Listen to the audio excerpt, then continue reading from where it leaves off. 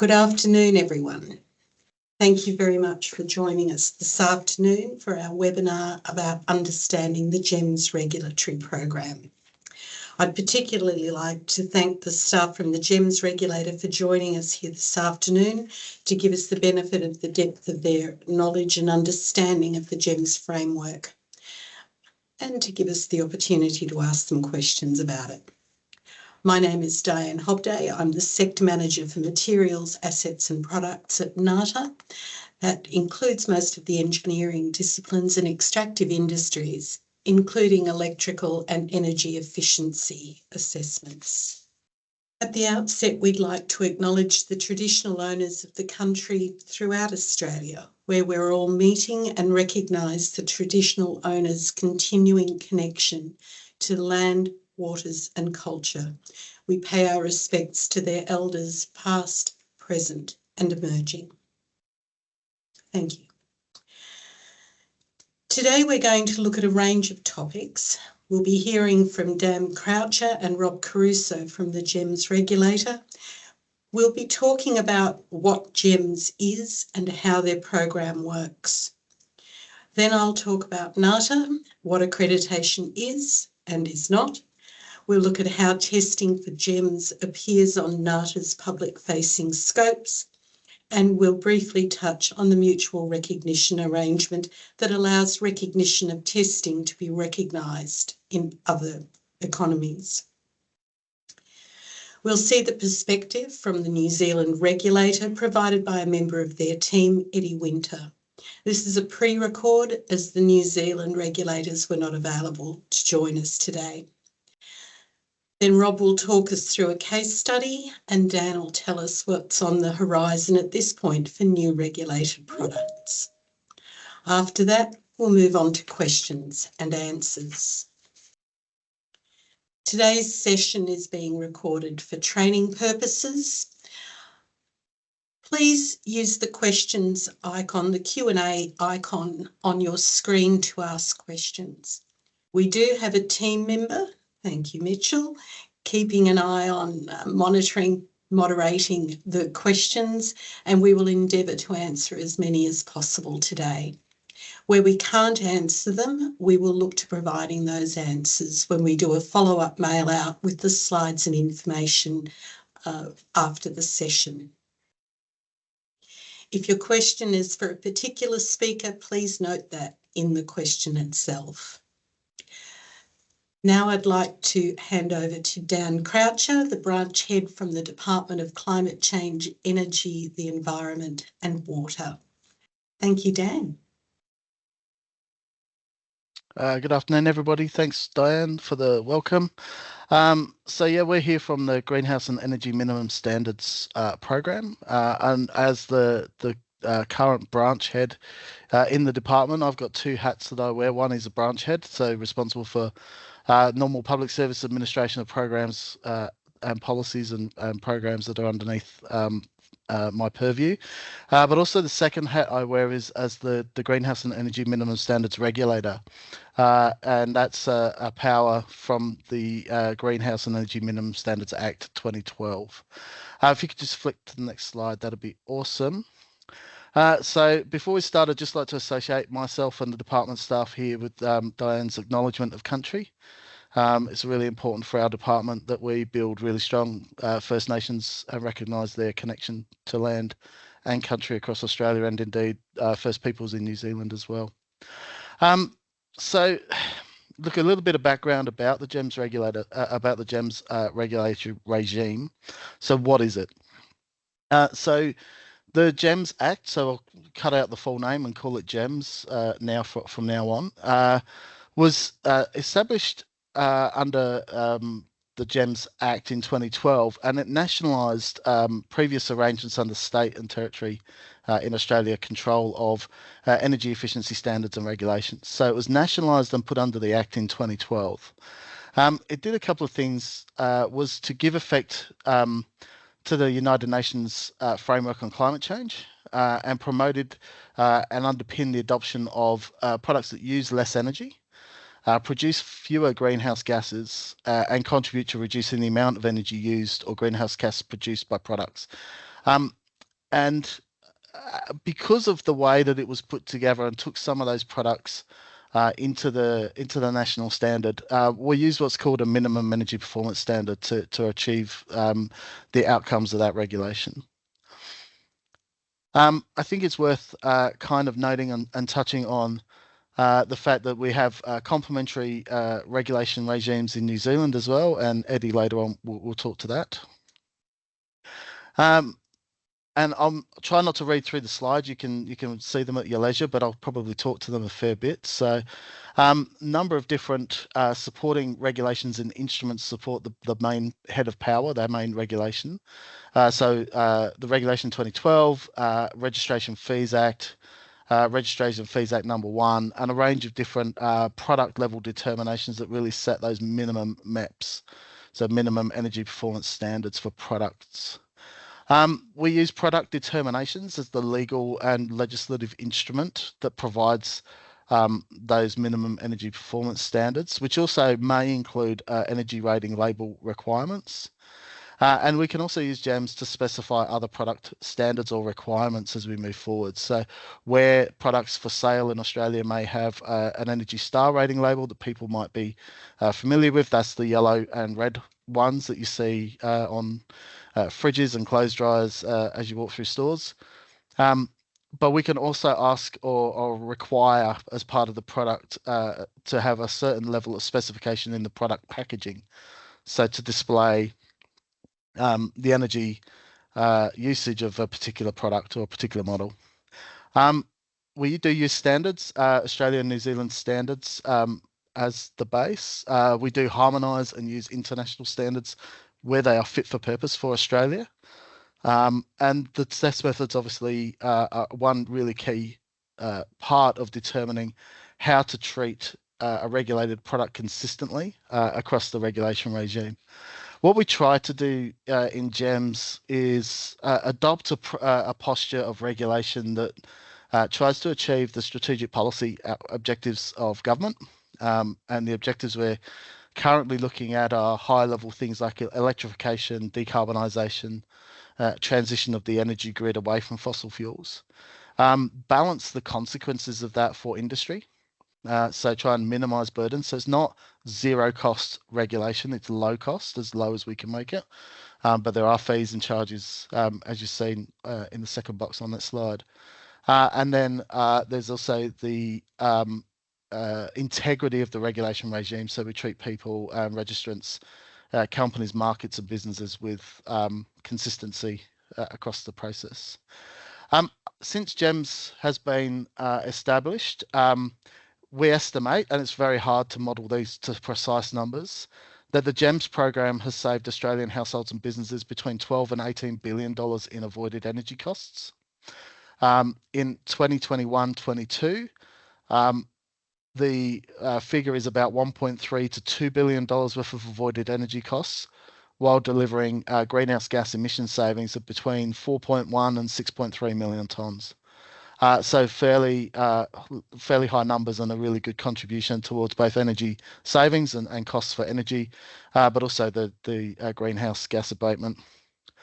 In April 2024, the Australian government published the National Energy Performance Strategy, which identifies that regulation of appliance and equipment energy efficiency is one of the most effective measures for decarbonisation and ensuring consumers benefit from energy performance standards.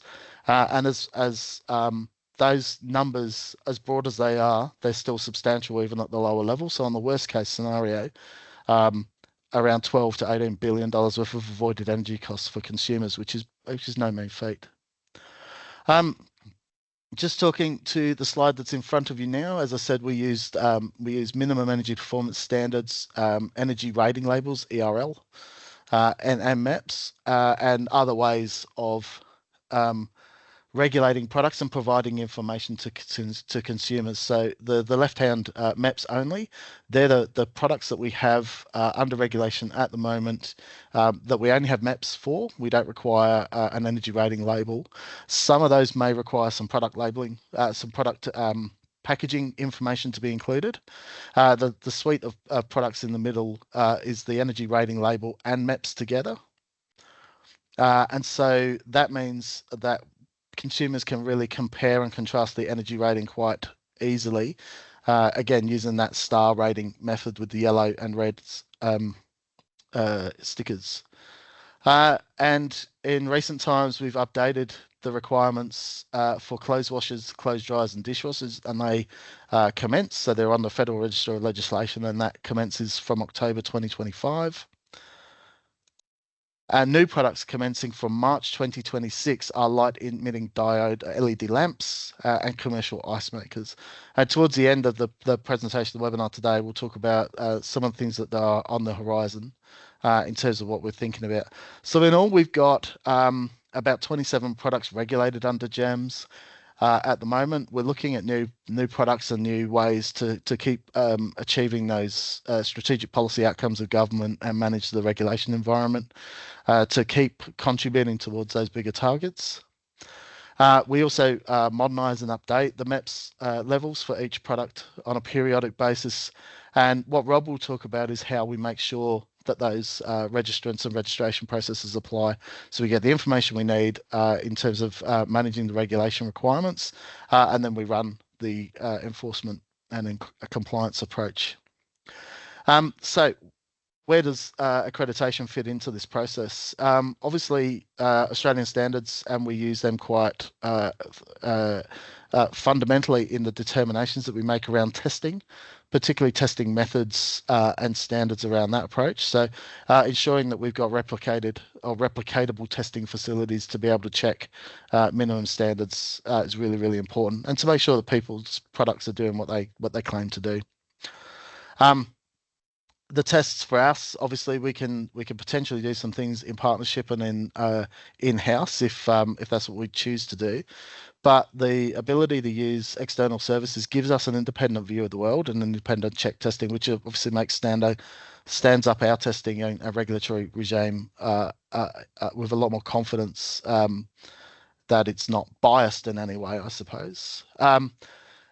Accreditation can also be a factor in trade and markets and brand and reputation for people. So having a really strong accreditation framework that the GEMS program relies on and can use and leverage to make sure that we're doing the best possible regulation and having the best possible outcomes for consumers and industry becomes really, really important. And it's worth saying at this point as well, I think, that it's not just the government deciding that a product should be regulated that drives the GEMS program. Sometimes industries ask to be regulated themselves so they can protect obviously their market share and their brand and reputation. And one of those examples at the moment we're looking at is hot water heat pumps, where industry is pushing very, very hard to be regulated under GEMS to help them set some market conditions and market confidence for the products.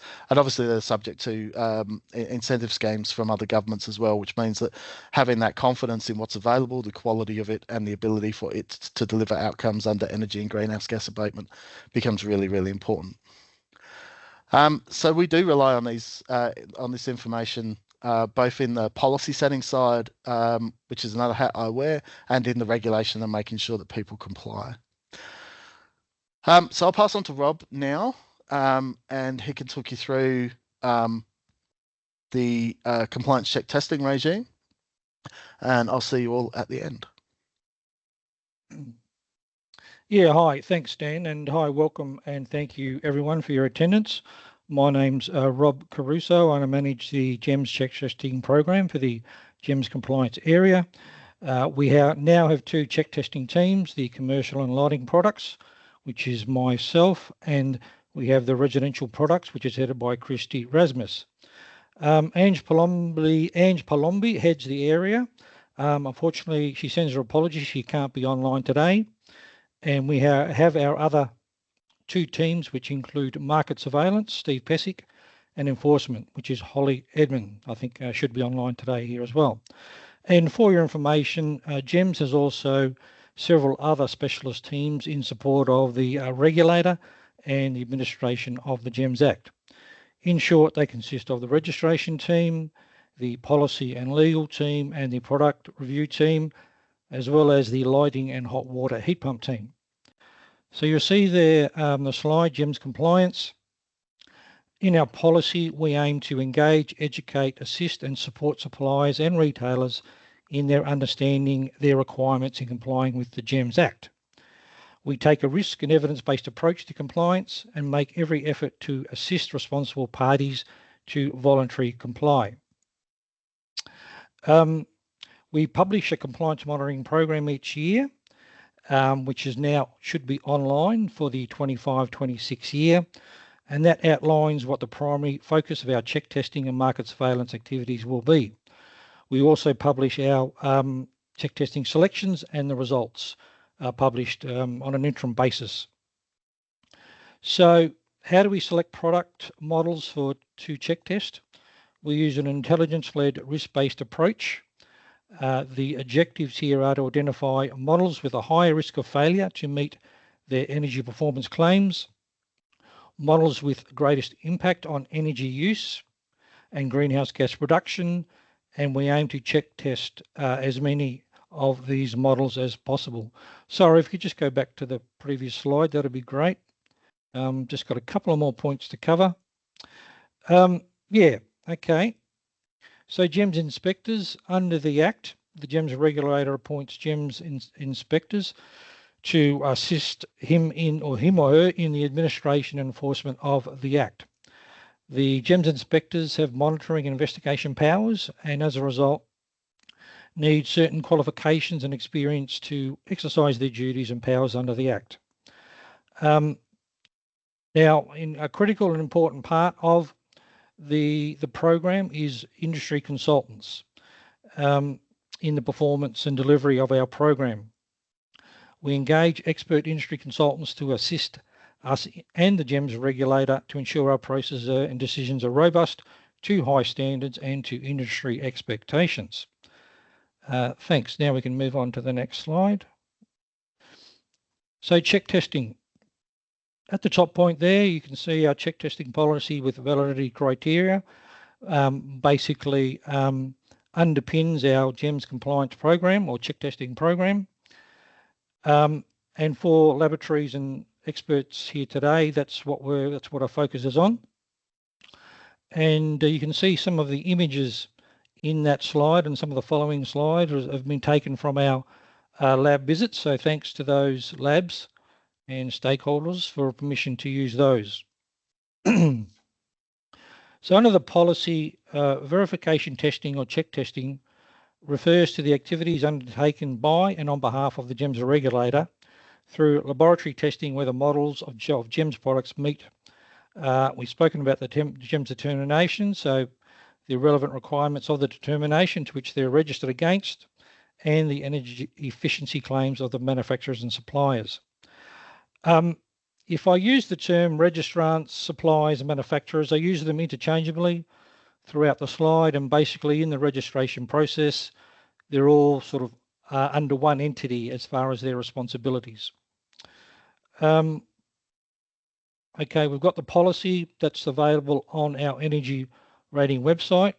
If you haven't seen that at all, there's the policy and there's the appendix to the policy, which outlines all the tolerances and validity criteria used in our stage 1 and stage 2 check testing processes. And of course, Anne has already spoken about having an effective independent testing scheme is important to the GEMS program. And in the application of our program, we use a combination of policy and legislation, that is the GEMS Act, in our compliance and enforcement approach. Okay, check testing process. Oh, sorry, no, go back. Quick on the finger there. Just a little bit more, and a couple more slides from me. So check testing, it's normally conducted in 2 stages, stage 1 and if required, stage 2. Products are selected by us, the department, and generally sourced by the laboratory that we engage, and they attempt to purchase those on an anonymous basis. If we can't source the product, or if the lab can't source a product on the open market, then the regulator, we can require suppliers to provide product models for check testing through what's known as a Section 57 notice, which we have had to do on occasions in the past. Once the products are sitting in the lab, The lab conducts the testing. We supply the lab with a specific product template outlining the determination standards and the energy requirements, and the lab is also required to provide their own testing report. What happens then? We get the results, either pass, fail. The pass result is reasonably straightforward. The supplier receives a letter of acknowledgement that we've tested their product in our program, and they get a copy of the associated report. With the fail result, prior to notifying the supplier of a fail, we conduct a quality assurance of the fail report with our expert technical consultants. So our consultants review that. They identify and assess if all things have been in accordance with the standards and the determination. And if there's any sort of issue that we need to confirm or cover off, then there's communication between us and the lab and back to the consultant. Once that fail has been cleared by our consultants, the supplier receives what's called an interim notice of intention to issue a Section 61. So basically we act there under our policy, and the Section 61 part is basically under the legislation. Now, for procedural fairness, the supplier has a right to respond with any further information they believe may have impacted on the Stage 1 test results. The supplier has 3 response options: provide more information, either cancel the product, or move to Stage 2. So in reviewing the supplier's response, this is where we always primarily try to aim to work with the supplier in returning the product back to compliance. We don't adopt that heavy-handed approach. Not always, anyway. And we try to do this in accordance with the policy and the GEMS Act, and to the satisfaction of the GEMS regulator. So this is the stage where we need to assess if the supplier has any genuine claims as to their dispute of any testing results, as opposed to them simply trying to delay the process or muddy the waters, so to speak. And what we've seen is most suppliers act in good faith and with good intent. But we've also seen, some of the irrelevant or non-relevant responses that come back to us, arguments of which counter to standards, not entirely legally compliant or even ethical. And this is where we have to make a sound judgment call based on what's before us, factual and evidence-based material, and we will rely on the advice from our expert technical consultants as well as the labs. So the steps from here get quite lengthy to explain and can occur over a period of time. You can refer to the policy for more detail. However, in the interest of saving time today, I'll not go into too much detail. So, however, some further action on our part would include issuing a Section 61 notice under the Act, which again advises the supplier of an option to cancel or move to Stage 2. Stage 2 is at supplier's expense, and they generally need to supply 3 of the same product models need to be tested at an accredited lab. And then, depending on the outcomes can include suspension, cancellation, or enforcement action, which is infringement notices, enforceable undertakings, or civil penalty orders under the provisions of the GEMS Act. And again, you can seek more information on the website. Next slide, thanks. Okay. So this slide here, you can see some of the dot points list the NATA accreditation requirements, which I won't go into too much. Diane will be speaking to those points, as well as requirement if you wish to be engaged in the GEMS program and testing for the GEMS program, you need to have those NATA accreditation for those product standards or the equivalent international standard. And that is actually stated in our Act. There's an instrument that outlines that particular requirements. The example there I've used is the GEMS household refrigerating appliances, Determination 2019. Dan spoke about some of those requirements in the determinations, MEPS, GEMS labelling and other requirements. And I know for the most of the audience here, I've got a good understanding of those requirements, but I'll just quickly go into those, some of the criteria again, please. So MEPS relates to the amount of energy use and greenhouse gas production by an operating products in the regulated product class. Regulated products must meet or exceed MEPS in their relevant GEMS determination to be registered and for sale or supply in Australia. Again, GEMS determinations outline those technical specs and may refer to Australian or international standards. And the idea there of MEPS is to exclude the worst performing products from the market, leaving only the more efficient appliances and equipment. Labelling, yes, I don't need to go too much into the labelling, but it is, an identifiable brand, basically. The more stars, the more efficient the product. Very familiar concept in households in Australia, strong recognition with trust in the community. Many people do use the labels with making purchase decisions, but of course, particularly today with cost of living crisis, cost of an appliance is always a significant factor. And then you'll see the other requirements for household fridge freezers is the pull down test, the storage test, and the temperature exclusions during defrost recovery.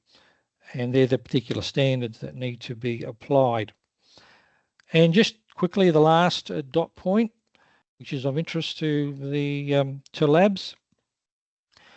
Potential from time to time, the department invites suitably qualified labs and service providers to submit a tender for the check testing of GEMS products. In late 2023, we did run a tender process. Successful laboratories were engaged initially for a 3-year period with an option of a 1-year extension at the department's approval. That information is publicly available on the AusTender website. And again, potential tenders need to satisfy, apart from the accreditation requirements, which are mandatory, need to satisfy specific procurement requirements under the department's processes and Commonwealth Contracting Suite guidelines. I think I've got one more slide quickly before I hand over to Diane. So this slide here has been included as it was presented as part of an information session given to the regulator, to the Lighting Council. I won't go into too much detail there, basically because it's not my area of expertise, and looking at some of those formulas and calculations, my brain tends to go a bit fuzzy. Anyway, it's a quite busy slide. If you want to know more information about those details, it's actually in section 13 of that determination, LED lamps determination. And I think Dan already pointed out, if you need more product specific information, it's on the Federal Register of Legislation as well as on the Energy Rating website. And that's it from me. Thank you for the moment. Thank you, Robert. Since not everyone in this room comes from an accredited NATA lab, I'll start with who we are. Thanks, Sandy. We are recognised as the National Accreditation Authority in Australia through a Memorandum of Understanding with the Commonwealth Government. Our primary role is to accredit organisations that do calibration, testing and inspection according to various ISO standards. For this work, it's ISO IEC 17025. NATA's work here is accrediting testing facilities or laboratories, but our purpose is to give confidence to the customers of those laboratories. Someone who receives a report with the NATA endorsement on it can take that endorsement to mean that the laboratory is competent to do that work. It means that we have sufficient confidence in their competence to allow them to use our endorsement. Have the next slide, please, Sandy. Accreditation is specifically recognising that the laboratory is technically competent to do the testing. They don't just have procedures, they don't just have records, we've seen them do it.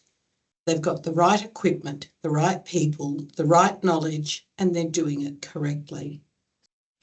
We assess competence using a peer assessment model. Our lead assessors visit the site with a technical expert from our panel of technical assessors, and they witness the specific testing that's being requested to add to a laboratory scope. The assessment process is focused on the collective competence of the laboratory, the facility. NATA accredits organisations. We do not accredit or certify individuals. It is the competency of the laboratory to produce repeatable, reproducible, credible, traceable and reliable results. We witness their staff doing the work as evidence of their collective competence, not to certify individuals. When we do witness an individual doing the test, that person is a sample of the laboratory staff. We're examining what they're doing as an example of their competence and the realisation of their procedures, policies and work instructions. Any non-conformances that are identified during the assessment process must be addressed and satisfactorily closed before a facility's accreditation is granted or continued. All accredited facilities are subject, no, I'm not there yet. All accredited facilities are subject to continuing periodic review of their competency and capability. Now I'll have the next one. Thank you. NATA scopes are hierarchical and tabular in structure. The scope is what shows what we've assessed and what we believe the facility is competent to do. The structure of the scope goes from a broader industry group, manufactured goods, to a service that describes the nature or intent of the testing. In this case, it's the evaluation of electrical appliances and devices, energy efficiency classification. We identify specific products or product groups that are being tested. Then we have a determination, and the determination is the thing that's being measured in the test. It's usually what's on the report. Then we have techniques and specific procedures that the facility is accredited for. We go to the next slide, Sandy. Thank you. If you visit our website and search for a lab that's testing for MEPS, for the minimum energy performance standards for GEMS, you'll see this kind of presentation. At the top is the standard ISO IEC 17025 and the industry group. Here it's manufactured goods. The service that we saw before and the product. Here I've only listed one product in the example, but there could be quite a long list of individual products or in some cases product groups. The determination that you'll see on MEPS accreditations is exactly as written there. The techniques are how the determination is evaluated. And as you can see on this one, there's visual assessment, there's calculations, there are evaluation against the test results and criteria. Under the procedure column, we have the specific methods that the facility is using for those tests. In this work, they will always be standard methods. They may be Australian standards at different times with different revision processes. They may be Australian and New Zealand standards. In other areas of testing, you may see in-house methods in the procedures column, but not for this work. Can I have the next slide, please, Sandeep? you. In Australia, NATA accreditation is recognised in regulation and legislation, specifications, contracts, codes of practice, industry guidance, and those are often the drivers for facilities to get accreditation because their customers need them for specific reasons. It's also possible that laboratories get accredited because they want to demonstrate that their work is of a high quality and technically sound. There can be a clear driver. In this case, the driver is very clear. If you want to be on the register for the GEMS work, you do need to be accredited. But that's not the only reason that facilities get accredited. Can I have the next slide, please? NATA's key role in international trade is that test reports that come from NATA-accredited laboratories may be recognised internationally through the mutual recognition arrangements to which NATA is a signatory. Often abbreviated to ILAC-MRA, it's the International Laboratory Accreditation Cooperation Mutual Recognition Arrangement. The next slide. Accreditation for standard methods demonstrates that our laboratories can perform methods competently and equivalently to any overseas lab that is also accredited. ILAC manages recognition arrangements for accreditation bodies such as NATA, IANS, UCAS in the United Kingdom, CNAS in China, and many around the world. The next slide, thank you. Signatories to the MRA are all evaluated for conformity with ISO 17011. This gives confidence that any laboratory that has been accredited by the signatory will be competent for their accredited scope. Many regulations, contracts and specifications require that testing certificates or reports are issued by testers that have been accredited by an ILAC MRA signatory such as NATA. And at this point, I'd like to hand you over to another ILAC MRA signatory from another country with an ILAC MRA signatory accreditation body, which is IANS, but to hear from Eddie Winter from the EECA in New Zealand. Thank you. Hi, I'm Eddie Winter from EECA, the Energy Efficiency and Conservation Authority. We're a government organisation based in New Zealand with a mission to mobilise New Zealanders to be world leaders in clean and clever energy use. EECA has been partnering with our Australian government counterparts under the Equipment Energy Efficiency, or E3 programme, for around 20 years now. Over this time, we've put in place standards and regulations for 21 different products that use a range of energy or fuel sources, including electricity, gas, petrol and diesel. These include domestic appliances such as TVs, lighting, whiteware and assorted water heaters, as well as commercial products such as three-phase motors, whole building chillers and commercial refrigerators.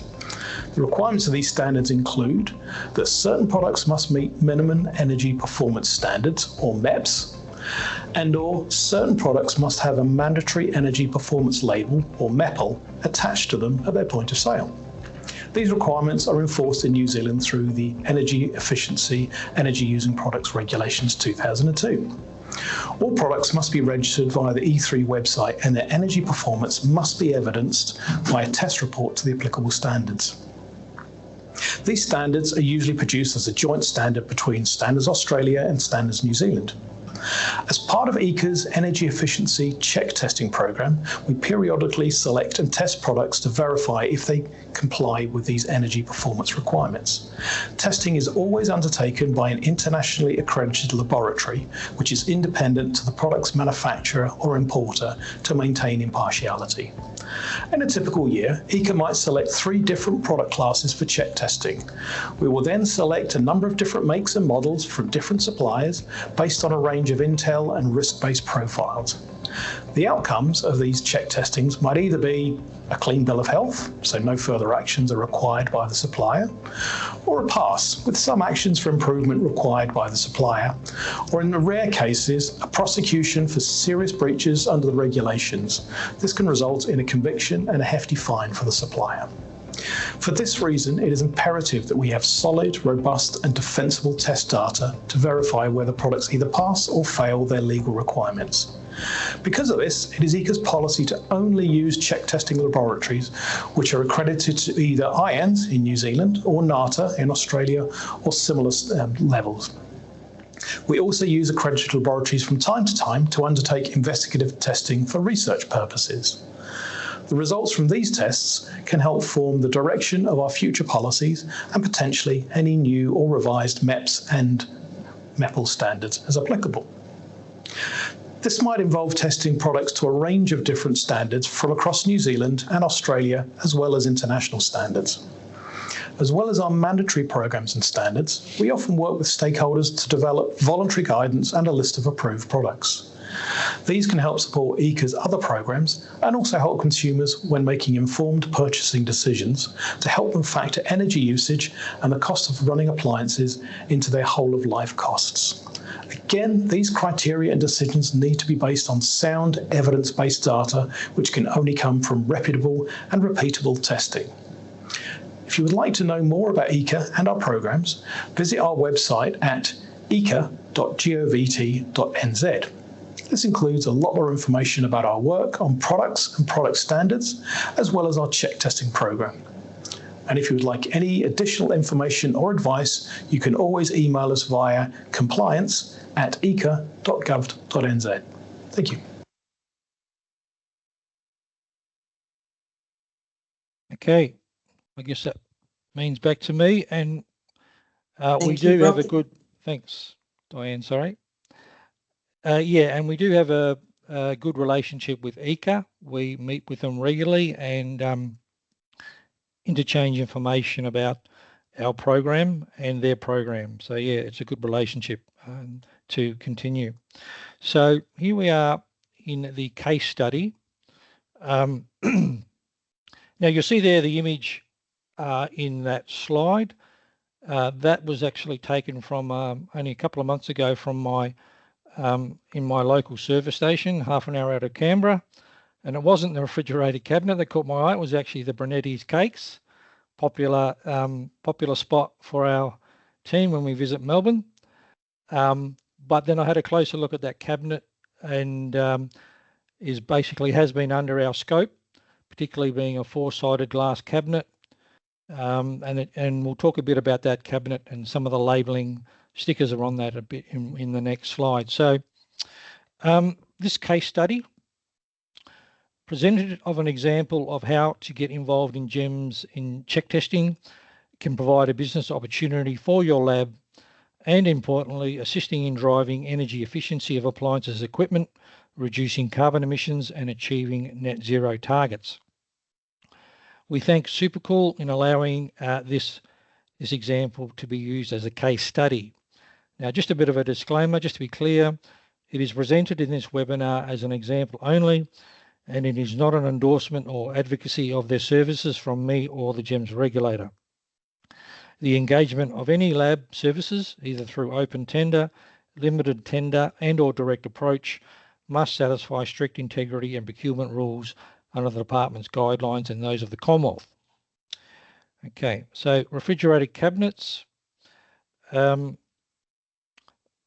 Background research for me, and historically, the regulation of these products have been around for a decade or more, and some of the people online probably know more about the history there. But in 2016, 2017, there was a wide industry consultation occurred through the publishing of a Regulation Impact Statement, or RIS, which considered a policy proposal to improve the energy efficiency of commercial refrigerated cabinets.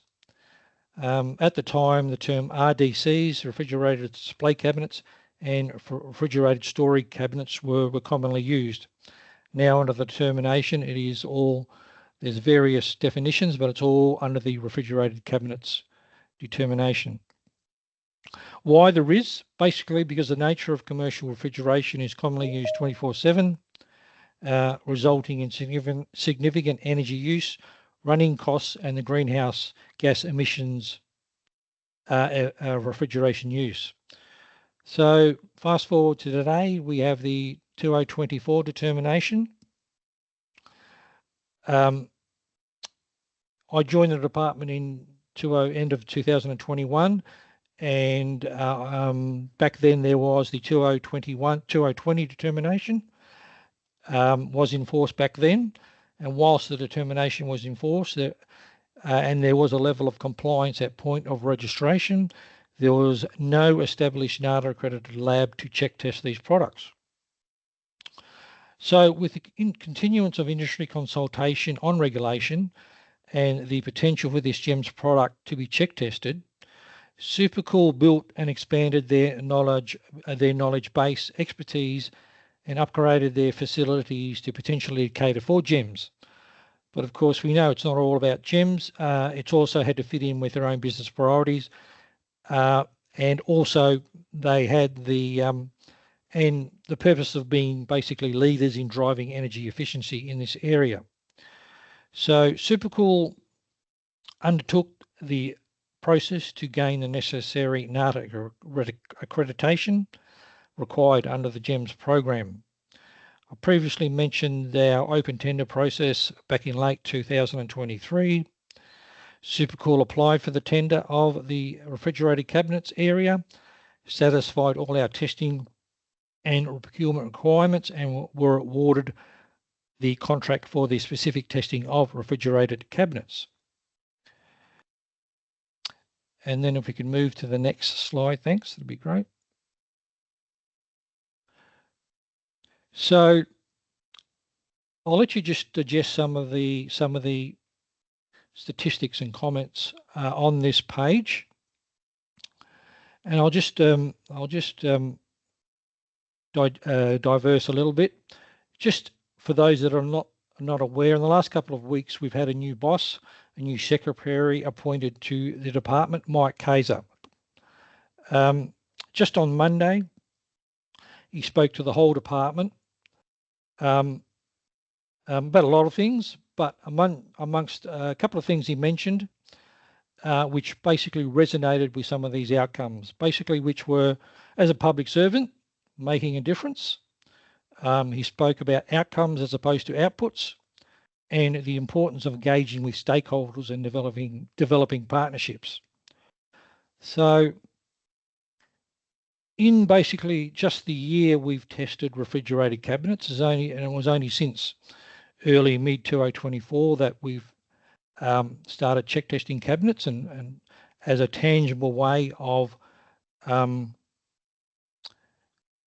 assessing if those products are meeting their energy efficiency claims of manufacturers and suppliers. So we can see some of the results there. 7 models tested, 1 passed, 3 cancelled, and 3 currently undergoing compliance action and which have potentially failed. Now you look at the enforcement area, just from 1 notice we've served on a supplier, they basically cancelled 14 of their products, which basically, to me, just screams out there's red flags, what's going on there. We've had our market surveillance activities, which have been active in removing products, cancelled products from websites. And what we've also seen is feedback from suppliers that have cancelled their models that they've made improvements in quality control of their products.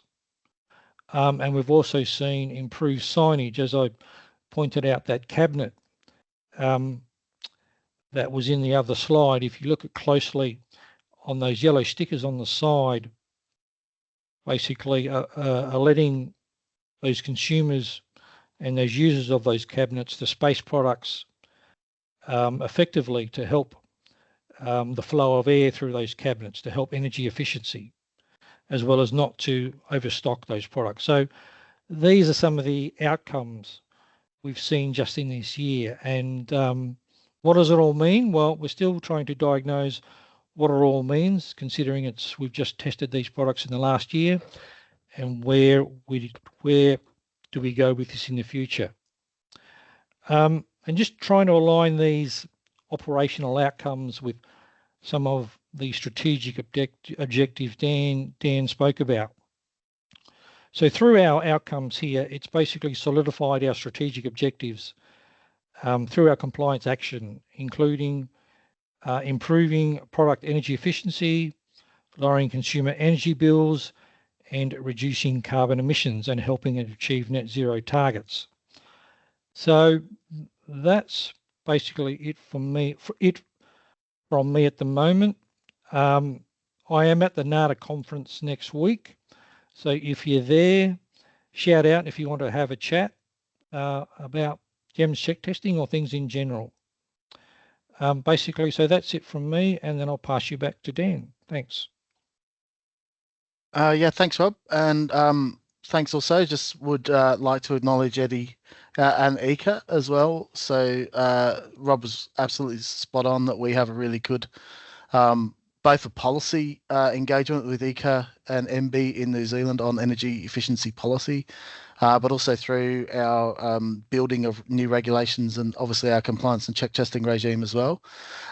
Eddie mentioned the E3 or the Equipment Energy Efficiency Program. And so in the context of that E3 program, and just touching back on what I spoke about previously was we work in partnership with the states and territories and New Zealand on the E3 program. So we are joint decision makers in that regard in terms of how we progress regulation impact statements up to ministers to make a decision on what products get regulated. So whilst we're the last quadrant of that slide in the bottom right hand corner talks about keep a lookout for tenders, potentially future products for regulation, and some of them are in train, like LED lamps. We know that we've got a determination in place that takes effect in March. Heat pump water heaters, we're working on the determination for those product classes. It's a bit early to predict what products we might go to in the future, but we know that there are also some big ticket items that we need to talk about and think about strategically as we move forward. So one of the things I wanted to mention today, and I'll leave you to read and digest those other quadrants on the slide, was looking at a more strategic policy approach to how demand flexibility might operate in the grid and how products regulated under the GEMS program and under ECA's program might be demand flexibility capable. So that is smart to the supply of energy to the grid or to the home or to the building, and how that appliance might adjust its energy use to manage the available energy in the system. So managing supply with demand much more closely at an appliance scale, but also considering how products are used and when they might be used. For example, dishwashers, air conditioning or heating products, or TVs or lighting. Obviously, as we move to a more reliant grid on battery storage, solar and renewable energy, time of use and how to embed that into product regulations and the GEMS regulation regime becomes really challenging, and we'll need to work closely with Standards Australia and others as well to work out what those testing standards and minimum energy performance requirements and testing regimes would look like as well. So with just a little bit of a focus on the left box at the bottom. So as we get more and more products registered, and as we hopefully make more and more strides towards net zero and some of those broader targets and strategic outcomes of government, we will need to expand the check testing program so that we can offer confidence to people that are and industries that are regulating that we are managing the registration fees that they pay, and we are keeping the process and system honest and with high levels of integrity. We do realise there's a limited pool of accredited labs, and there's also generally, it's worth saying, in both our, as GEMS accesses the market for a lot of technical expertise and advice, is that expertise is drawn from a very limited pool of experts and declining over time.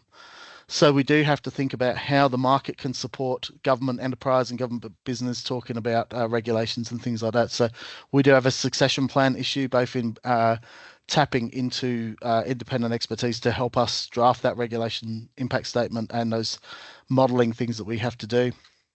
And also we probably have to get smarter about how we do things and where we can send and how we can send things for check testing. So Rob's working on a process to engage a New Zealand testing lab for us, and for an Australian government procuring services from an overseas vendor.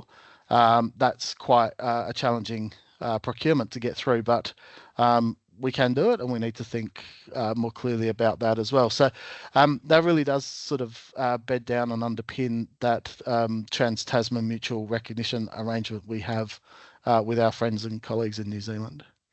And so beyond the slide in the bottom corner, there's a whole potential range of other products. The GEMS Act is actually rather broad around what sorts of products, what sorts of appliances, or what things it can regulate within the GEMS. That doesn't mean they're all a good idea. Recently, we're having a debate around car tyres and around whether regulating car tyres for greenhouse gas emissions abatement, so helping engines run cars more effectively. We probably can regulate that under GEMS. But the key question is, just because we can, it doesn't mean we should, and there are probably better places for that. But that's just part of that, just hopefully a bit of an insight into the policy wrangles that we go through, is to say we can do it, but it doesn't mean we should. So a bit preemptive beyond what's on that list there to talk about future products and future decisions, but we get a lot of our policy, innovation, market intelligence from our E3 partners around that table, so the Australian states and territories plus New Zealand as well. So that's pretty much us, I think. I'll hand back to Diane. Just appreciate your time and hosting us on this webinar. Thank you, Dan. Thank you, Robert. We really appreciate you coming along to talk to us today. It was all really valuable information. I'm fascinated by that last slide of Robert's, that you were looking at seven units and only one of them complied at first test. Was that? I've got so many questions about that. Is that a pattern that you've seen over time that is simply continuing, or is that new? Well, it's new in that we've only tested even though determinations have been out for some time and regulation has been there, they've only actually been tangibly check tested in the last year or so. So there's a difference when there's compliance at the point of registration. Registration lasts for 5 years, and then when these products can be on the market for years.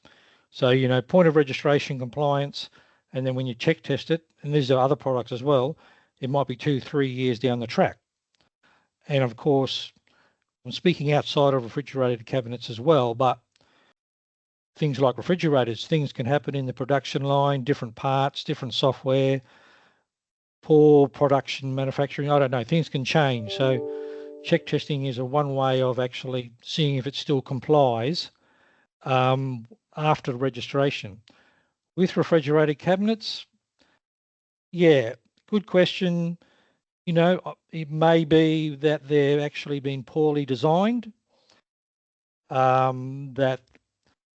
It's something we're still looking at.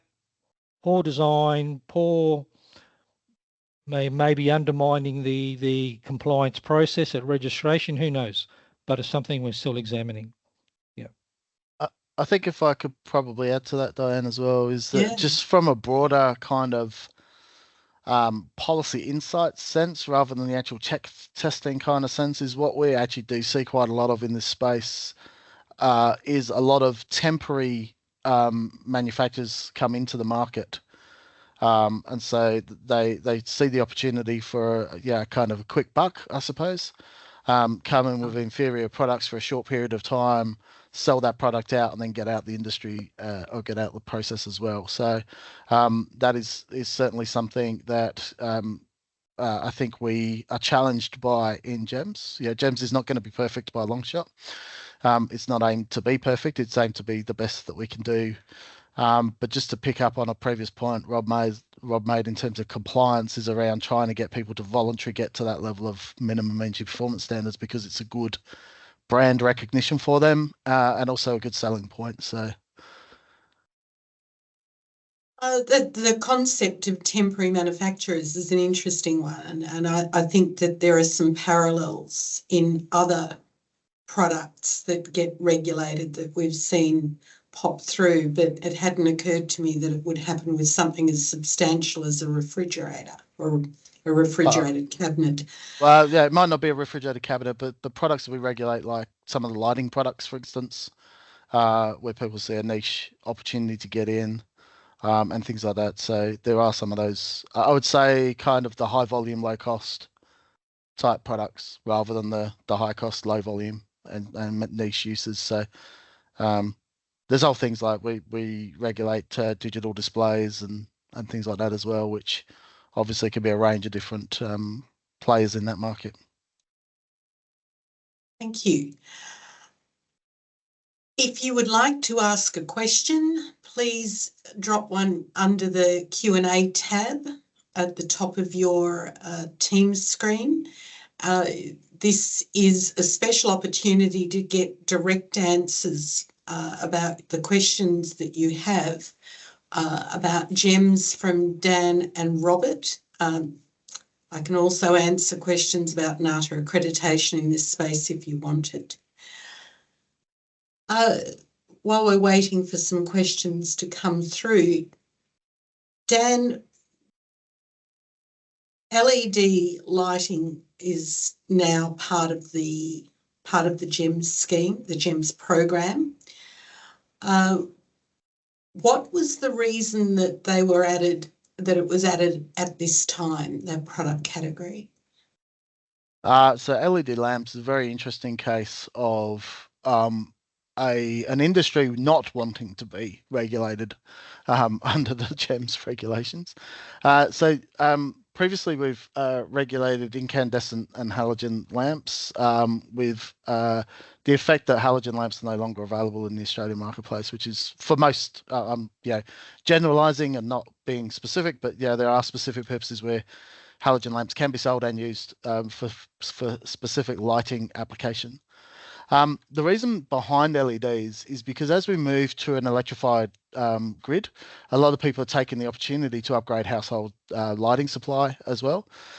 So even though a very singular light bulb on its own, or sorry, my technical people will kill me for saying light bulb, an LED lamp, one in of itself won't make much of a difference, but we've got modelling that suggests that is anywhere between 20 and 40 in the average house. More so in more modern houses, it goes up to sort of nearly 50 to 60 with those LED downlights, particularly, and they're highly efficient compared to other forms of lighting on the market. There are also a whole range of different smart products that people want as well. So we can go from white lights to yellow lights and have much more comfortable lighting. But as we move through that process, it's the bulk and the aggregate of those things that make a real big difference on energy savings. And so one of the things we were speaking to particularly Lighting Council about was when we were going through the process of trying to win support, I suppose, for saying there's a real energy and greenhouse gas abatement opportunity here. And there's consequences for industry if we don't do it. So if we, for example, don't have MEPs in place and other countries do, or our MEPs are lower than other marketplaces, we do become a bit of a dumping ground for inferior product. You can ask the EV guys, really good example of this. Australia's standards on electric vehicles are a lot lower than some of the international markets. So some of the cheaper, more inferior products that are not as efficient come into our market quite easily through that kind of gap. So lifting that standard, so the first thing we have to do is be in place, have a standard in place. And the second part of it is to renew and continually try and drive improvement in that process. So the policy rationale between regulating LED lamps was probably threefold. So first one is around energy performance, bill savings. Second one was a big broad agenda. They're much more energy efficient, so therefore demand side on the draw of the grid is a lot more beneficial. And thirdly is because the lighting industry itself from Australia was worried and concerned about having inferior products being taken up by Australian consumers, so becoming a dumping ground for inferior products and affecting the whole industry. Okay. And that took us many, many years to get that determination through, and we got the determination agreed by Energy and Climate Change Ministers in December last year, and the determination was signed onto the Federal Register of Legislation in March this year and takes effect in March 2026. There's a long lead time on that. Yeah. Mark Peristi is asking about some of the standards specified in the GEMS 2019 determination that have been superseded. Is there an update on the horizon to that determination to get the standards up to date? So can I ask in regards to was that the cabinets, refrigerated cabinets specifically? Maybe air conditioners. I think it's air conditioners Mark's talking about.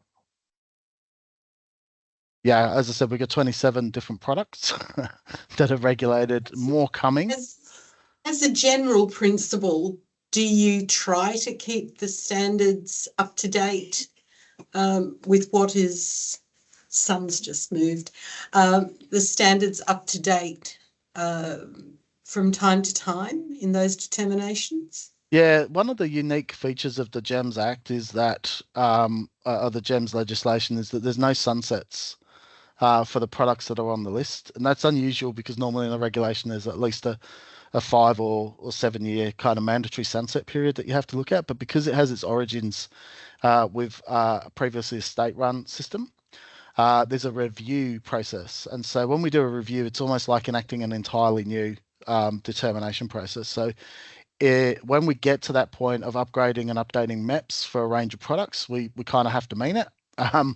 And we kind of have to put the resources in. And we do that on the basis of how far the technology may have moved, what the risk of that technology is, and also worldwide trends as well. So keeping an eye on those international standards through all the other energy regulators across the world. And we do that. So there is it falls into a list of kind of what we can do by when. And we often get kind of distracted by what new shiny things can we do. But all of the products, I think 2019 was the last time there was a holistic view of the world. But there are a number of products that are under review on a rotating basis or on a rolling basis. Okay. I know that a lot of legislation and regulation likes to specify the version of standards that they refer to. And the risk that you run with that model is that the standard might be updated 5 minutes after the thing comes into force. But if you don't specify the date, that changes the way that you write it at the time. So that's a tension that goes on with a lot of regulation. Yeah, the thing about regulation as a general rule is you have to have certainty to treat everything in a similar way and the same way to provide that procedural fairness. And so, industry standards are run through industry standards. We put the determinations in place. Then as we go through, and this is one of the challenges with the way the GEMS Act was originally put together back in 2011 for adoption in 2012, was the fact that it's very limiting. And it's very held closely to the Legislative Review Committee of Cabinet and Parliament making a determination. So as the regulator, I'm required to deliver against the determination and make sure it's enforced and enforceable. But the second part of that is when we go through a regulation impact statement process, if we're updating a regulation or a MEPS through the determination, we have to go back to the very beginning as if it was a new product and do a whole bunch of re-regulations. So that takes several years. So sometimes it's a balance of going, yes, the regulation hasn't been updated for a bit of time, but the gains on us doing that and taking, say, 2 years to get to the regulation is is offset by the fact that we probably might not make huge gains in what the objective of the Act is. So lots to weigh up. Yeah. A question for Dan. Going back to those 7 models from the check testing case study, the check testing slide, were those models already registered as GEMS compliant, the 7 that were tested? Might throw that on to Rob, I think. Yes, under the program, we can only test registered models to enforce our compliance. I know ECA have a different approach to that. It's something under their Act, but we only test registered products. So I might just be able to put some more colour to that. I think that so when a product is registered, there's a whole bunch of criteria that have to be met according to the determination. So that would be obviously filling out a whole bunch of background information, model numbers, check testing reports or testing reports that they might have to accompany that. When that goes through, there's an assessment. The assessment process says yes, they've met the requirements to register under GEMS. That's a different point to are they a compliant product under GEMS? And that's really the compliance and enforcement monitoring process and the check testing thing that Rob has worked through in some depth today. I do have to add too, our market surveillance team both focuses on registered and unregistered products in store and online. So they do monitor products that are unregistered and either enforce the supplier getting them offline or getting them to register that product. Yep. That's interesting. Thank you.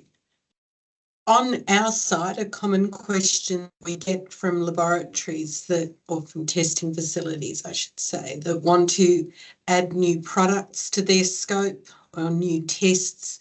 If they add a product to a scope in this area of testing, it's usually going to be another standard test method, and we'll generally look at whether we need to do that by desktop variation or whether we need to do a visit.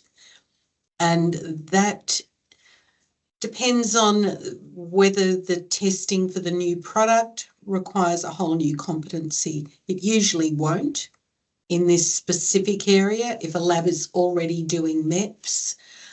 But if you don't already have MEPS on your scope, it may require a bit more. And there's no one-size-fits-all answer to how long it takes or how much work it would be to get accredited there. Dan or Robert, if you could give potential testing facilities one piece of advice, what would it be? I'll give Rob first crack at that one, I think. He's closer to the action on the Check ground. testing. Go early, I guess. Go early, go hard. Something like that, because accreditation, as we know, does take time. And for example, with pool pumps, we had to play a lot of catch up when the determination came in to have an accredited lab there to test pool pumps. Now that's on our program. Yep. Yes. I think my piece, not advice. I'm not in the business of telling people how to suck eggs. But probably just a suggestion would be to see if you can regularly interact with the energy rating website, which is the website of the E3 program and the GEMS regulator, and just have a look at the news that comes up on there. We're trying, so we are transparent with what we do to the extent that we can. We do publish and put out quite a lot of news articles on there and updates and things like that. So stay abreast of that kind of stuff for how GEMS is progressing on some of those questions that were asked in the chat as well about updates to determinations, products underway, the check testing approaches that Rob spoke about in his slides as well. So keep an eye on that. It's a really good source of information. Keep an eye on what your industry colleagues are saying and who you're hearing it from, where they're going as well, which potentially people might bring products to you for testing. And I'd probably ask them if they're coming to be tested ahead of a registration for GEMS. As we know, we've got the LED lamps in March coming online. There's one other, just escapes me for a minute. I think it's chillers. And some other updated maps and determinations coming online in October as well. So to me, those things are really good insights into how we're going. And you know that as we get into a new product being registered, for example, check testing requirements going to be going to see a bit of a curve. And also as things probably get a bit older, you'll probably see in terms of those 2019 or some of the earlier determinations, the longer they've been there, I suspect, is probably a good indicator of how soon they might be needing to be updated and update check test reports and things like that. And for us, sorry, Diane, and for ourselves too, we are trying to improve on getting our programming up to speed and planned prior to some of these determinations coming into force on mandatory registration. So that's another aspect to it that we're working on. So tell me, is there a requirement for retesting in this program at any point? I'm sorry, this is a question without notice. Would a manufacturer who's made claims and has been subject to check testing and everything's happy, if a product's been on the market for 20 years, would you require them to retest at some point? Or re-register or renew their registration?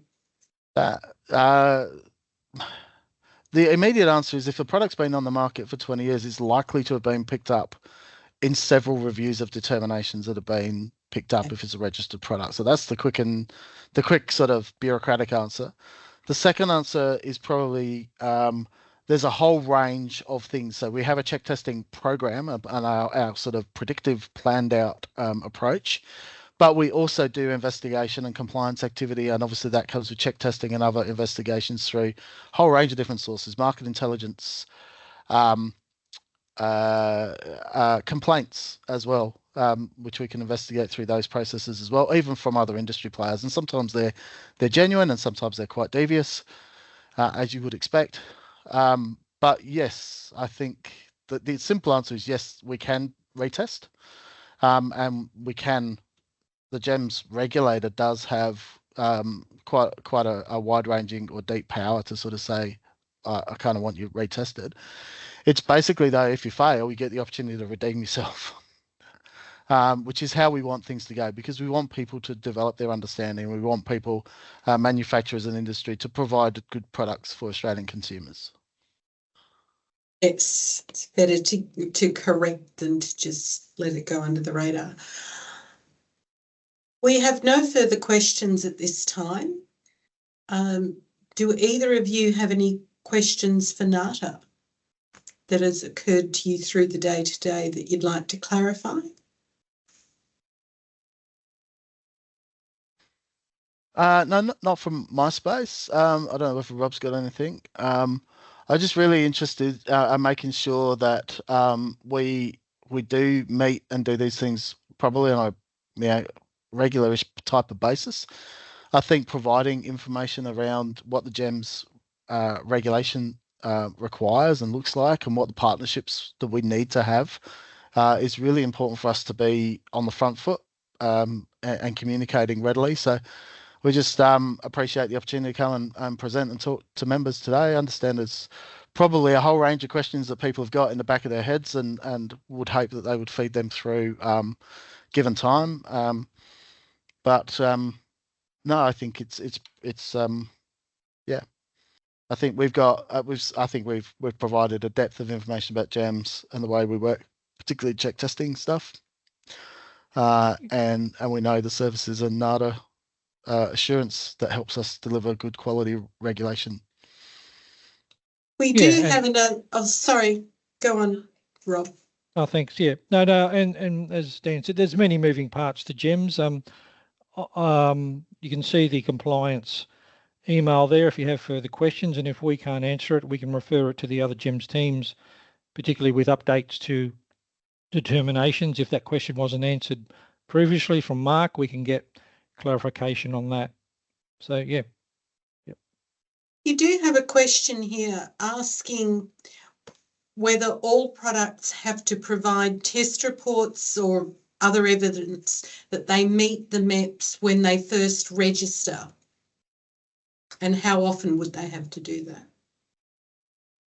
that? So the unhelpful answer is it depends on the products. And the reason why that's an unhelpful answer is because in order to get LED lamps regulated, for example, we understand there's many thousands of potential models and configurations that can come through, and the burden on industry registering their entire inventory of models of LED lamps could be quite expensive for them. On top of the fees, a time burden. So we're working on a registration form at the moment, for example, that has about 90 odd different questions to meet the requirements to respond to the determination needs to establish those MEPs. So what we've done in that case is we've said that each, for example, in LED lamps, people can register, so companies, manufacturers can register a family of products that are like or similar, and the lowest performing lamp within that family would need to provide a test report, which then we would look at and assess, and then that would go into the check. However, whilst we provide that as a way of minimizing industry burden and trying to just get the front foot, this first time LED lamps have been regulated in Australia, there is a risk there for them that if that lowest one fails, then the family fails.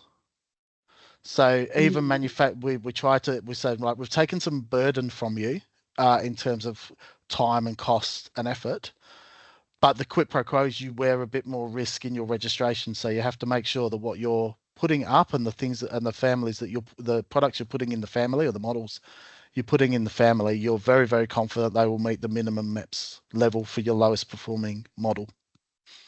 So they choose the lowest performing model based on their specifications or their design. Yeah. Or what we call in LEDs would be efficacy. Okay. Yeah. And I'm not a lighting expert, so I won't be talking too far on that because you'll find out pretty quickly just how little I know. Honesty, it's lovely. Thank you very much to both of you. It's been